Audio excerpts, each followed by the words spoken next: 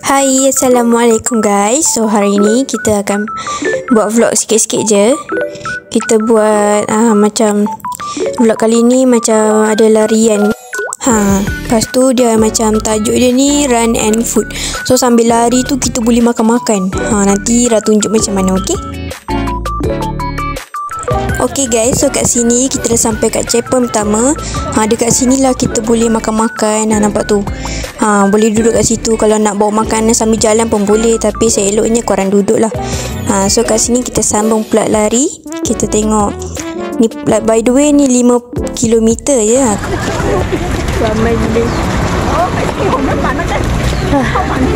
Baru berapa km? Aduh. Tak boleh.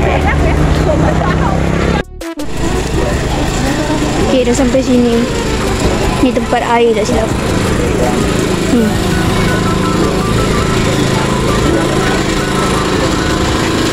Tapi ramai sangat.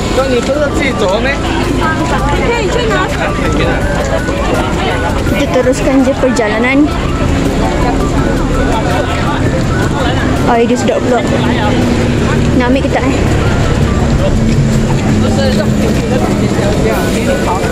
taklah, dah habis. Okay, sambung perjalanan.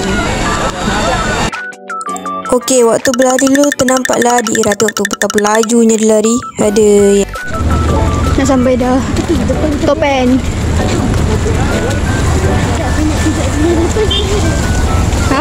Nak tunjuk Dina depan kamera. Bapak kamera kat depan. Lihat. Benda kau. Okay, sikit lagi. Come on. Biar saya tolak Dina ni. Tak apa. Okay. Go Ifan, go.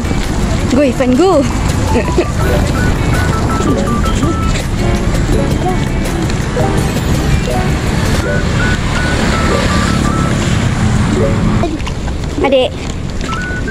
Sandar. Ni budak kecil ni. Ngantuk ke?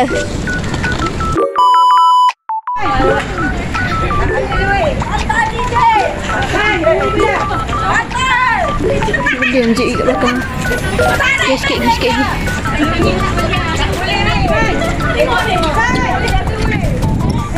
Ifan tu tak sabar betul. Yang belakang ni pula bising.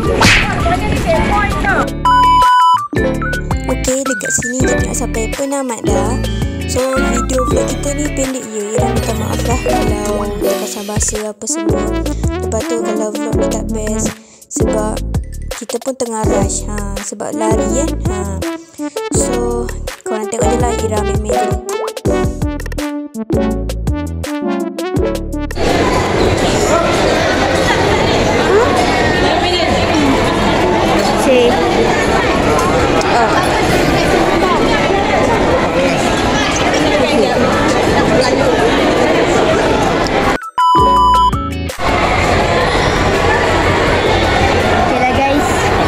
Sekejap, sabar.